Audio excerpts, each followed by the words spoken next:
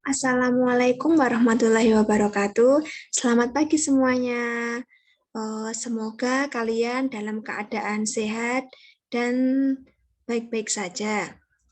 Oh iya, sebelum memulai pelajaran, sebaiknya berdoa terlebih dahulu. Untuk salah satu siswa, mohon memimpin berdoa. Baik, terima kasih. Semoga dengan berdoa ini kita dimudahkan dalam pembelajaran kali ini. Oke, pembahasan kita kali ini adalah tentang teks prosedur.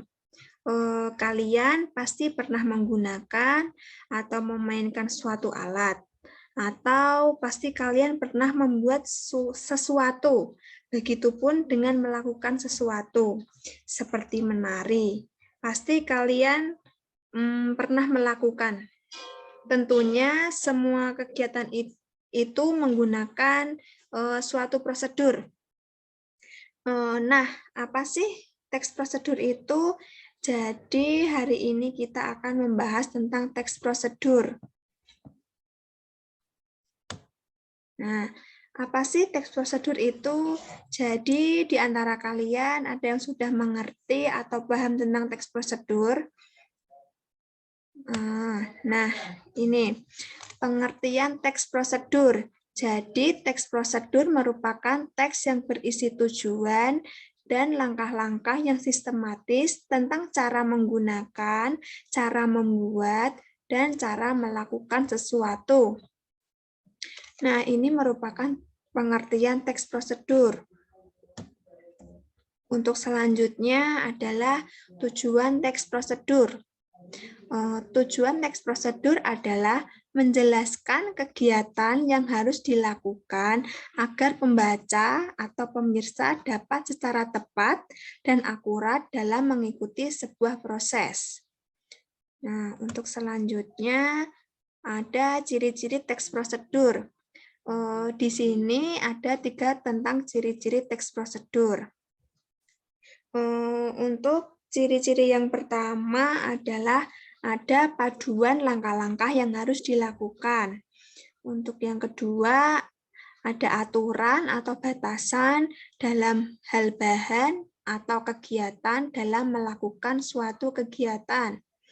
Untuk yang terakhir, isi kegiatan yang dilakukan secara urut.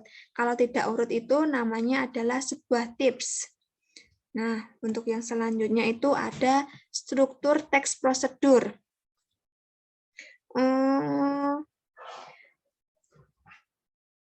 Struktur teks prosedur, cara membuat sesuatu.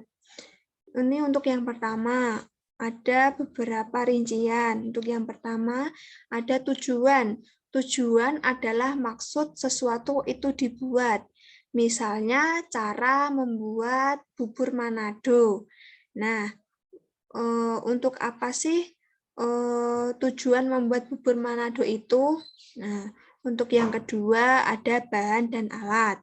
Ini memerinci bahan dan alat dengan ukuran yang akurat. Untuk yang ketiga ada langkah-langkah. Maksudnya urutan langkah-langkah secara rinci dan bertahap. Tidak boleh dibolak-balik. Dan yang terakhir ada penutup. Di penutup ini berisi penekanan pada keuntungan dan ucapan selamat. Nah, di sini berikut adalah contoh teks cara membuat sesuatu. Saya beri contoh cara membuat nasi goreng. Di sini bahan-bahan yang dibutuhkan dalam membuat nasi goreng adalah ada 2 piring nasi putih, 1 potong ayam, kemudian disuir, 2 butir telur ayam, 3 bakso iris tipis, 1 batang daun bawang, 1 sendok teh garam, setengah sendok teh gula pasir, dan 3 sendok makan kecap manis. Nah, dan bumbu yang dihaluskan ada 1 sendok teh terasi yang sudah dibakar, 4 buah cabai besar, 4 buah cabai rawit, 3 siung bawang putih, dan 5 butir bawang merah. Nah, ini cara membuat nasi goreng. Yang pertama, Haluskan semua bumbu, kemudian tumis dalam minyak goreng yang sudah dipanaskan sampai tercium bau yang harum. Kemudian sisihkan. Yang kedua, kocok 1 butir telur, kemudian goreng orak-arik. Masukkan bakso yang sudah diiris tipis, masukkan bumbu yang tadi sudah digoreng, dan tambahkan nasi. Untuk yang ketiga, tuang kecap manis, garam, gula pasir, dan masukkan suiran ayam goreng. Aduk semua bahan sampai merata. Yang keempat, iris daun bawang kecil-kecil dan masukkan ke dalam nasi goreng. Aduk kembali nasi goreng tadi. Dan yang kelima, cetak nasi goreng ke dalam mangkuk dan letakkan di atas piring. Goreng sisa telur, buat telur mata sapi dan letakkan di atas nasi goreng yang sudah jadi. Nah, tadi itu cara membuat nasi goreng. Nah, untuk yang selanjutnya, yang kedua yaitu struktur teks prosedur cara melakukan pekerjaan. Nah, ini terdapat beberapa bagian. Yang pertama yaitu tujuan. Tujuan berisi pengantar umum sebagai penanda apa yang akan dibuat atau dilakukan dan berisi kata-kata motivasi. Untuk yang kedua ada langkah-langkah. Dalam langkah-langkah ini harus sistematis dan urut, tidak boleh dibolak-balik. Yang terakhir, penutup. Penutup ini bersifat pilihan dan berisi kata-kata motivasi. Karena penutup ini bersifat pilihan, maka penutup ini tidak wajib. Berikut adalah contoh teks prosedur cara melakukan pekerjaan. Saya beri contoh cara melakukan cuci tangan dengan baik dan benar. Untuk yang pertama ini, basahi tangan dengan air mengalir yang bersih dan hangat. Yang kedua, pakai sejumlah kecil sabun. Yang ketiga, gosok telapak tangan bersamaan jauh dari air. Gosok jemari dan jempol dan kulit di sela-sela. Bersihkan telapak tangan Anda dengan kuku Anda. Yang selanjutnya, gosok bagian belakang setiap tangan. Yang keempat, cuci dengan air bersih mengalir. Dan yang terakhir, keringkan dengan handuk atau tisu yang bersih. Tentunya kalian semua pasti sudah bisa cara melakukan cuci tangan yang baik dan benar. Karena pada masa pandemi ini kita dianjurkan untuk selalu cuci tangan untuk menghindari COVID atau virus. Nah, untuk selanjutnya ini ada kaidah kebahasaan teks prosedur. Nah, untuk yang pertama ini ada kalimat perintah. Maksudnya, kalimat yang mengandung makna memerintahkan atau meminta orang melakukan sesuatu sesuai keinginan penyuruh. Contohnya di sini ada posisikan tubuh sejajar dengan monitor. Nah, di sini kan kalimat ini menyuruh untuk memosisikan tubuh sejajar dengan monitor. Untuk yang kedua ada bentuk pasif. Maksudnya kalimat yang subjeknya dikenai suatu perbuatan, biasanya menggunakan imbuhan ter dan di. Contohnya, tombol keyboard ditekan dengan lembut. Nah, ditekan ini merupakan salah satu bentuk kalimat pasif.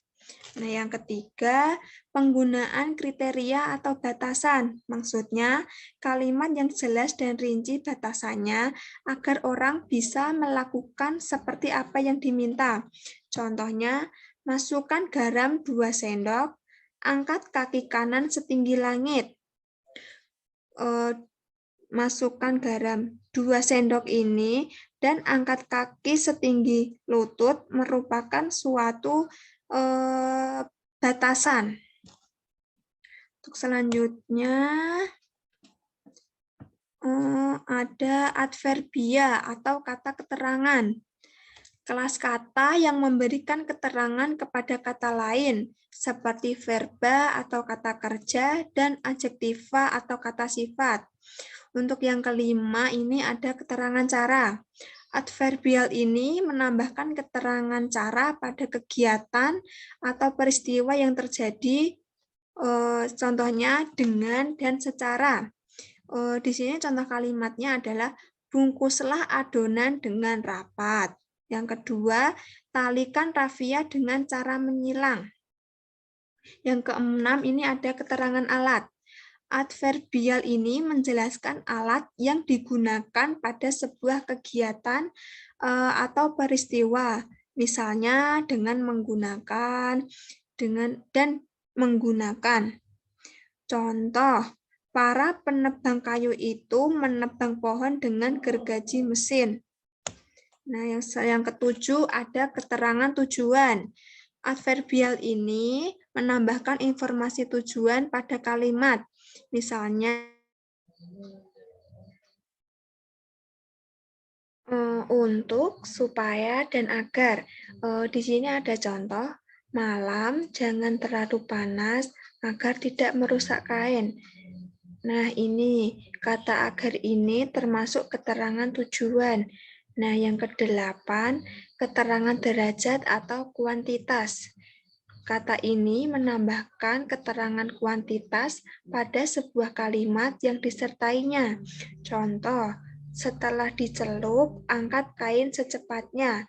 Nah, secepatnya ini merupakan keterangan derajat atau kuantitas. Untuk yang kesembilan ada keterangan syarat. Nah, pada keterangan ini menambahkan keterangan syarat terjadinya suatu peristiwa. Contohnya jika. Nah, di sini ada contoh kalimatnya. Jika gula terlalu banyak, maka akan cepat gosong. Jadi, kata jika ini termasuk keterangan syarat. Yang selanjutnya itu ada keterangan akibat. Keterangan ini menambahkan keterangan akibat yang ditimbulkan dari peristiwa atau kejadian. Ini ada contohnya, hingga, akibatnya, sehingga, sampai, menjadi. Nah, di sini ada contoh kalimatnya. Goreng adonan hingga kecoklatan. Nah, kata hingga ini termasuk keterangan akibat. Yang ke-11 ada kalimat saran. Kalimat berupa pendapat atau usul yang dikemukakan untuk pertimbangan, misalnya sebaiknya, selayaknya, seharusnya, dan lain sebagainya. Contohnya, keju sebaiknya dimasukkan sebelum kue dingin. Nah, ini sebaiknya ini termasuk kalimat saran. Untuk yang ke-12 ada kalimat larangan. Nah, kalimat perintah yang melarang suatu perbuatan. Misalnya, jangan, hindari, dilarang, dan sebagainya. Contoh kalimatnya ini ada, jangan masukkan minyak terlalu banyak. Nah, yang ke-13 ada konjungsi. Konjungsi itu merupakan kata atau penghubung antar kata, antar frasa, antar klausa, dan antar kalimat. Misalnya, sebab, karena, atau, namun, kemudian, lalu, sebelum, setelah, dan sebagainya. Contoh kalimatnya ini ada, masukkan santan setelah daging empuk. Nah, ini kata setelah ini termasuk konjungsi. Dan yang terakhir ini ada kata acuan.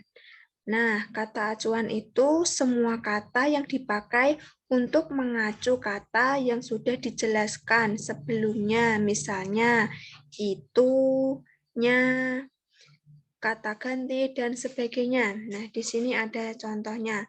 Tutup adonan donat. Adonan itu dibiarkan 30 menit. Nah, kata itu merujuk pada kata adonan donat ini. Nah, jadi kesimpulan pembelajaran kita hari ini itu adalah, teks prosedur merupakan teks yang berisi tujuan dan langkah-langkah yang sistematis tentang cara menggunakan, cara membuat, dan cara melakukan sesuatu. Tujuan teks prosedur yaitu menjelaskan kegiatan yang harus dilakukan agar pembaca atau pemirsa dapat secara tepat dan akurat dalam mengikuti sebuah proses. Nah, ciri-ciri teks prosedur meliputi yang pertama, ada paduan langkah-langkah yang harus dilakukan, ada aturan atau batasan dalam hal bahan atau kegiatan dalam melakukan suatu kegiatan. Yang terakhir, isi kegiatan yang dilakukan harus secara urut. Jika tidak urut itu disebut sebuah tips. Nah, untuk yang selanjutnya itu ada kaidah kebahasaan teks prosedur. Itu meliputi ada kalimat perintah, bentuk pasif, penggunaan kriteria atau batasan, adverbia atau kata keterangan, keterangan cara, keterangan alat, dan lain sebagainya. Nah, jadi itu kesimpulan pembelajaran kita hari ini. Nah, untuk tugas, Ibu menyuruh kalian untuk membuat sebuah teks prosedur dan Ibu batasi waktu selama 2 hari. Nah, cukup sekian yang dapat Ibu sampaikan, kurang lebihnya mohon maaf. Sebelum menutup pembelajaran kita hari ini, sebaiknya kita berdoa terlebih dahulu. Alhamdulillahirrabbilalamin. Sekian dari Ibu, kurang lebihnya mohon maaf. Wassalamualaikum warahmatullahi wabarakatuh.